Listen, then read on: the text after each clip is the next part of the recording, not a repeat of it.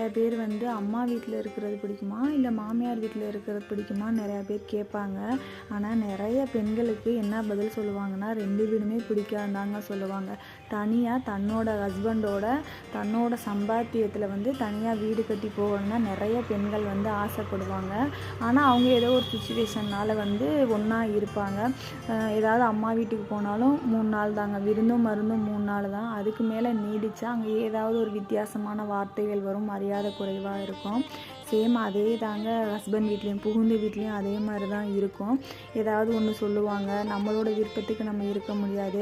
Privacy அப்படிங்கிறது அங்கே ஒன்று இருக்கவே இருக்காது. கண்டிப்பாக ஏதாவது ஒன்று சொல்லுவாங்க, நமக்கு மனசு கஷ்டமாக இருக்கும், எதுவும் பேச முடியாது பெரியவங்கன்னு சொல்லிட்டு.